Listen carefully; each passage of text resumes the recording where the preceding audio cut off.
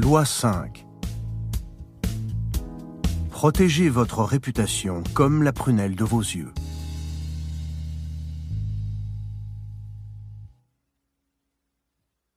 Principe. La réputation est la pierre angulaire du pouvoir. À elle seule, elle peut vous permettre d'impressionner et de gagner. Cependant, lorsqu'elle est compromise, vous êtes vulnérable et l'on vous attaquera de toutes parts. Faites en sorte que votre réputation soit toujours impeccable. Soyez vigilant et déjouez les attaques avant qu'elles ne se produisent. En même temps, apprenez à détruire vos ennemis par leur réputation. Ouvrez-y des brèches, puis taisez-vous et laissez faire la meute. Respect de la loi. Premier exemple. Pendant la guerre des Trois Royaumes, 207-265 après Jésus-Christ, le grand général chinois Zhuge Liang, à la tête des forces armées du royaume de Shu, avait dispersé son immense armée dans une garnison lointaine, tandis qu'il se reposait dans une petite ville avec une poignée de soldats. Soudain, les sentinelles donnèrent l'alarme. Une force ennemie de plus de 150 000 hommes, avec à leur tête Sima Yi, approchait. Avec seulement une centaine d'hommes pour le défendre, Zhuge Liang était en situation désespérée. Le célèbre chef allait se faire capturer. Sans se lamenter sur son sort, ni perdre son temps à imaginer comment il avait été surpris, Zhuge Liang ordonna à ses troupes de baisser leurs drapeaux, d'ouvrir tout grand les portes de la cité et de se dissimuler. Lui-même s'installa sur un siège sur la partie la plus visible des murs de la cité, en tenue taoïste. Il alluma quelques bâtons d'encens, prit son luth et commença à chanter. Quelques minutes plus tard, il vit approcher l'immense armée ennemie, des soldats à perte de vue. Faisant mine de ne pas les avoir remarqués, il continua imperturbablement à chanter et à jouer du luth. Bientôt l'armée arriva aux portes de la ville. À sa tête se trouvait Sima Yi, qui reconnut immédiatement l'homme sur le rempart. Les soldats grillaient d'impatience d'entrer dans la ville aux portes largement ouvertes. Sima Yi hésita, les retint, et observa Zhuge Liang toujours juché sur son perchoir. Puis il ordonna une retraite immédiate et précipitée. Interprétation. Zhuge Liang était surnommé le dragon endormi. Ses prouesses lors de la guerre des Trois Royaumes sont légendaires. Un jour, un homme prétendant être un lieutenant ennemi en fuite vint à son camp, lui offrant son aide comme informateur. Zhuge Liang flaira immédiatement le piège. C'était un faux déserteur qu'il fallait décapiter. Pourtant, au moment où la hache du bourreau allait tomber, Zhuge Liang proposa à l'homme de l'épargner s'il acceptait de devenir un agent double. Reconnaissant et terrifié, l'homme accepta. Il se mit à fournir de fausses informations à l'ennemi. Zhuge Liang gagna bataille sur bataille. Une autre fois, Zhuge Liang déroba un sceau militaire et, en fabriquant de faux ordres de route, envoya ses adversaires à l'autre bout du pays. À la faveur de l'éparpillement de leurs forces, il prit 3 villes et acquit ainsi le contrôle absolu du corridor menant au royaume ennemi. À une autre occasion, il répandit le bruit dans les rangs adverses que l'un de leurs meilleurs généraux était un traître, obligeant ainsi l'homme à s'enfuir et à rejoindre les forces de Zhuge Liang. Le dragon endormi cultivait soigneusement sa réputation d'homme le plus intelligent de Chine, un malin qui avait toujours plus d'un tour dans son sac. Plus puissante que n'importe quelle arme, cette réputation semait la terreur chez l'ennemi. Sima Yi avait combattu Zhuge Liang des dizaines de fois et le connaissait bien. Quand il arriva dans la ville désertée, voyant Zhuge Liang en prière sur le rempart, il fut stupéfait. La tenue taoïste, les chants, l'encens, tout cela ressemblait à une provocation. Il était clair que l'homme se moquait de lui, le mettait au défi de se jeter dans ce piège. Pourtant la ruse semblait si évidente qu'un instant Sima Yi pensa que Zhuge Liang était effectivement seul et désespéré. Mais sa crainte était si grande qu'il préféra ne pas courir le risque. Tel est le pouvoir de la réputation. Elle peut mettre une grande armée sur la défensive et même la forcer à se retirer sans que la moindre flèche soit tirée. Car, comme dit Cicéron, ceux mêmes qui la combattent encore veulent-ils que les livres qu'ils en écrivent portent au front leur nom, et se veulent rendre glorieux de ce qu'ils ont méprisé la gloire. Toute autre chose tombe en commerce. Nous prestons nos biens et nos vies aux besoins de nos amis. Mais de communiquer son honneur et d'estreiner autrui de sa gloire, il ne se voit guère. Montaigne, 1533-1592. Essai.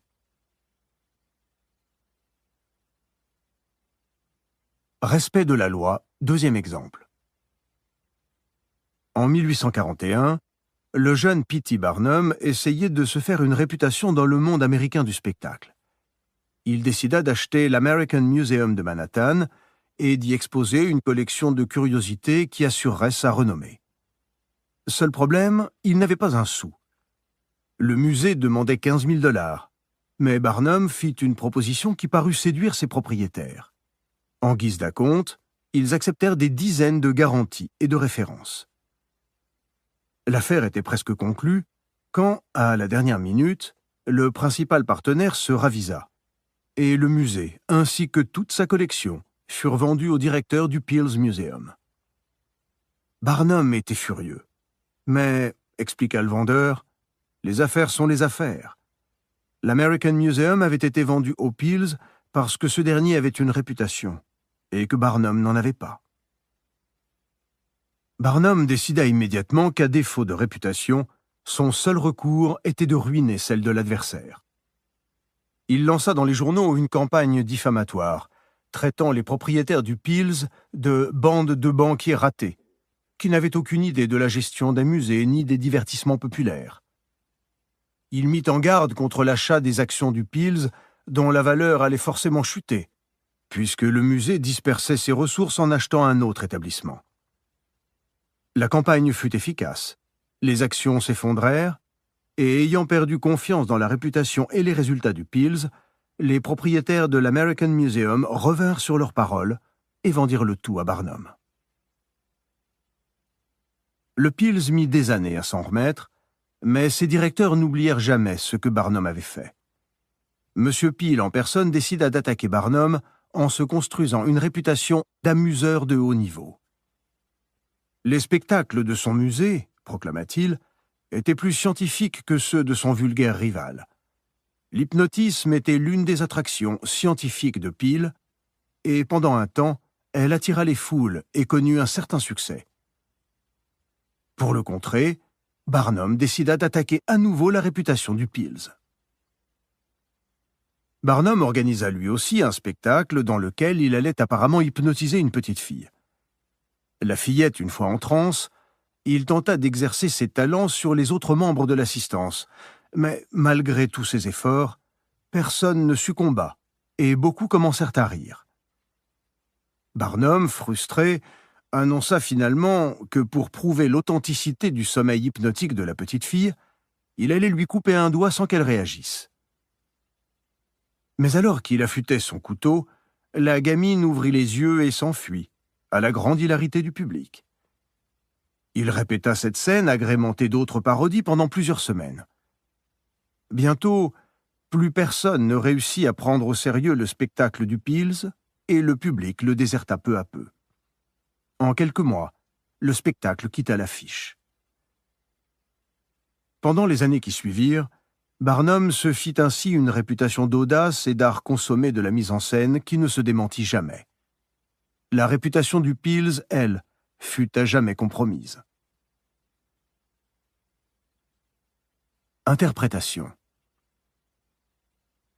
Barnum utilisa deux techniques différentes pour ruiner la réputation du Peale's.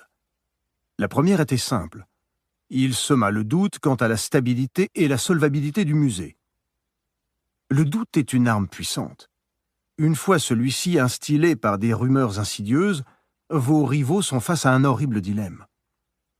D'un côté, ils peuvent réfuter ces rumeurs, et même prouver que vous les avez calomniées. Mais il planera toujours des soupçons. Pourquoi se sont-ils défendus si désespérément? Il n'y a pas de fumée sans feu. Si d'un autre côté ils le prennent de haut et vous ignorent, les doutes que l'on a laissés planer se renforceront. Si vous semez habilement le doute, les rumeurs rendront vos ennemis si furieux et si fébriles qu'en essayant de se défendre, ils ne feront que s'enfoncer. C'est l'arme parfaite de ceux qui n'ont pas de réputation à défendre. « Calomnier, calomnier !» conseillait Voltaire. « Il en restera toujours quelque chose. »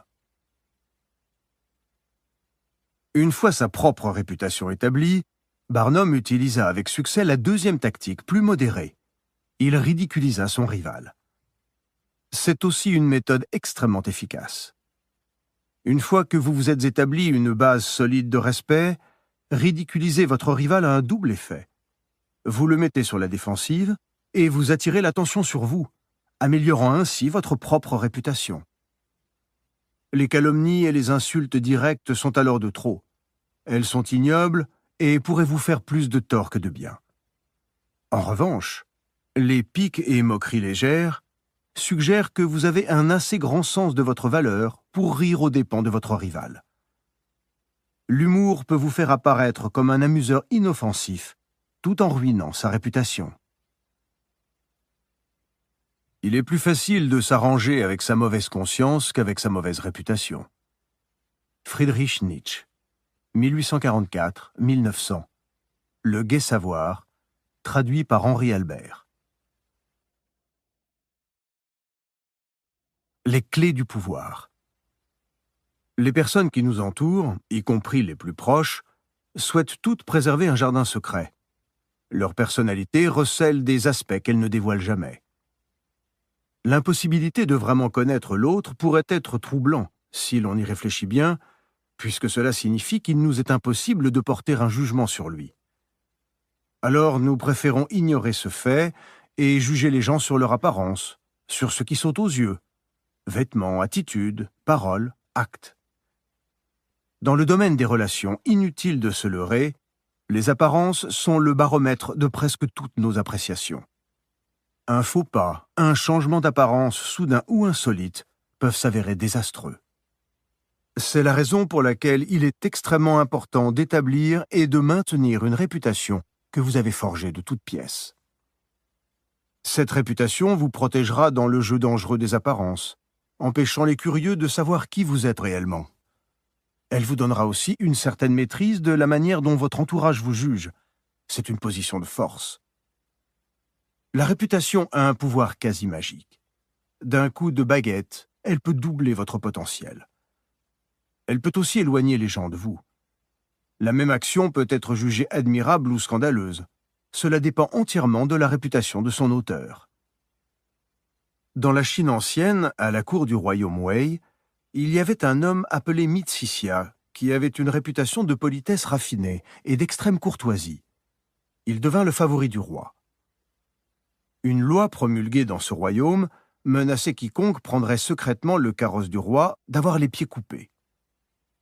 Pourtant, lorsque la mère de Mitsisia tomba malade, il utilisa le carrosse royal pour lui rendre visite, prétendant que le roi lui en avait donné la permission. Quand le roi l'apprit, il s'exclama « Quel fils dévoué que Mitsisia !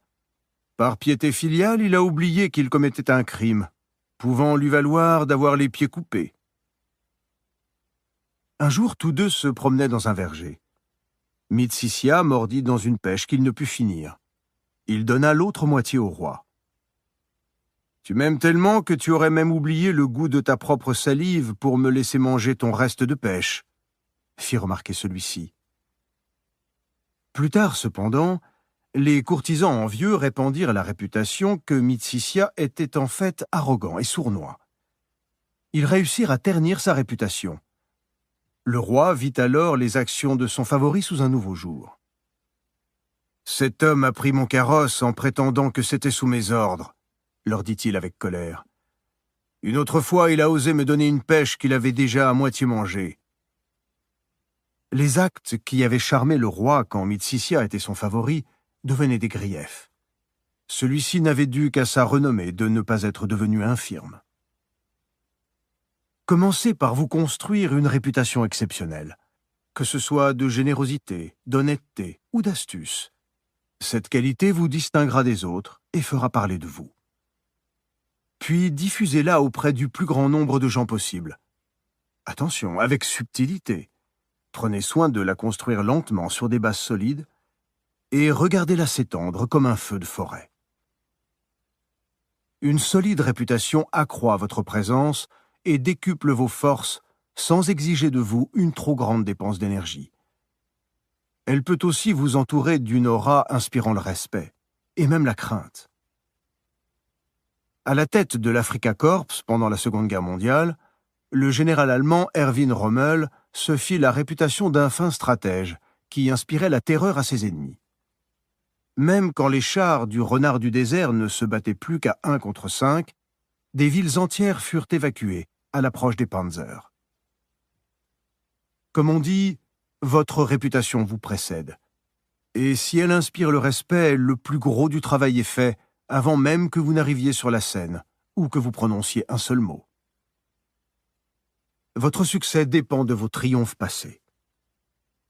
Henry Kissinger devait la réussite de la plupart de ses navettes diplomatiques à sa réputation d'homme capable d'aplanir les différends. Personne ne se sentait l'outrecuidance de ne pas se soumettre à ses avis. Un traité de paix semblait incontournable dès que son nom était prononcé au cours des négociations. Faites en sorte que votre réputation soit simple et fondée sur une seule solide qualité. Cet unique talent, efficacité, charme, devient une sorte de signal d'appel qui annonce votre présence et place les autres en état d'infériorité. Un renom d'honnêteté vous permettra de pratiquer toutes sortes de supercheries. Casanova utilisait sa renommée de grand séducteur pour faire de nouvelles conquêtes. Les femmes qui le croyaient irrésistible n'avaient qu'une hâte, découvrir par elles-mêmes les raisons de son succès. Peut-être avez-vous déjà terni votre réputation. Il vous est donc difficile d'en établir une nouvelle. Dans ce cas, il est sage de vous associer avec quelqu'un dont l'image neutralise la vôtre, en utilisant sa bonne réputation pour vous blanchir. Il est difficile, par exemple, d'effacer vous-même une réputation de déloyauté. Mais faites-vous aider par un parangon de franchise. Quand P.T. Barnum voulut assainir sa réputation pour promouvoir ses spectacles, il emmena la chanteuse Jenny Lind en tournée en Europe. Elle avait une réputation de grande classe, et à leur retour, la tournée qu'il organisa pour elle en Amérique redora le blason de Barnum. De la même manière, les magnats de l'industrie américaine au XIXe siècle furent longtemps poursuivis par une réputation de cruauté et de mesquinerie. C'est seulement lorsqu'ils commencèrent à collectionner des œuvres d'art et que les noms de Morgan et Frick furent associés à ceux de Léonard de Vinci et Rembrandt qu'ils furent à même d'estomper leur image déplaisante. La réputation est un trésor dont il faut s'occuper sans cesse, particulièrement lorsque vous commencez à l'établir. Vous devez la protéger avec rigueur et anticiper toutes les attaques. Une fois qu'elle est solide, ne vous laissez pas aller à la colère en cas de calomnie de la part de vos ennemis. Cela révélerait un manque de confiance. Au lieu de cela, prenez-le de haut et ne tentez jamais de contre-attaque brutale. A contrario, le fait d'attaquer la réputation d'autrui est une arme puissante, surtout si vous avez moins de pouvoir que lui. Il a beaucoup plus à perdre que vous, et votre propre réputation, encore insignifiante, ne lui donne que peu de prise pour vous rendre l'appareil. Barnum utilisa de telles campagnes avec beaucoup d'efficacité au début de sa carrière. Mais cette tactique doit être pratiquée avec précaution. Vous ne devez pas avoir l'air d'assouvir une vengeance minable. Faute de ruiner la réputation de votre ennemi intelligemment, vous ruineriez la vôtre. Thomas Edison, considéré comme l'inventeur des usages de l'électricité, croyait dans le courant continu. Quand le Serbe Nikola Tesla réussit à créer un système basé sur le courant alternatif, Edison était furieux. Il décida de ruiner la réputation de Tesla en faisant croire au public que le courant alternatif était par nature dangereux, et Tesla complètement irresponsable.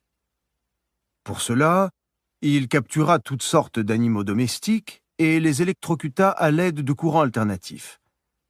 Comme cela ne suffisait pas, il obtint en 1890 des autorités de la prison de l'État de New York d'équiper de courants alternatifs la première chaise électrique. Seulement Edison avait mené toutes ses expériences d'électrocution sur de petits animaux. Le courant était trop faible et le condamné ne mourut pas sur le coup.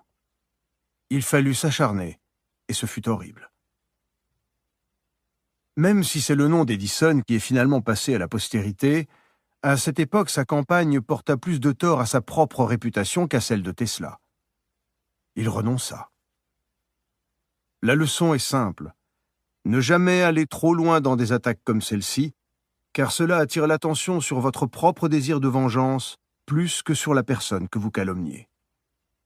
Quand votre renommée est solidement établie, utilisez des tactiques plus subtiles, comme la satire ou le ridicule, qui affaiblira votre adversaire, tandis que vous apparaîtrez comme un charmant voyou. Le puissant lion se contente de jouer avec la souris qui croise son chemin. Toute autre réaction gâcherait sa réputation de fauve redoutable.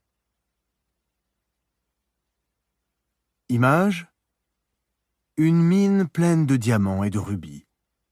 Vous avez vous-même creusé et trouvé le filon, votre fortune est faite. Gardez-la comme votre propre vie, car les voleurs de tout poil surgiront autour de vous. Ne considérez jamais votre richesse comme définitivement acquise et renouvelez-la constamment. Le temps en ternira l'éclat et vos joyaux deviendront invisibles.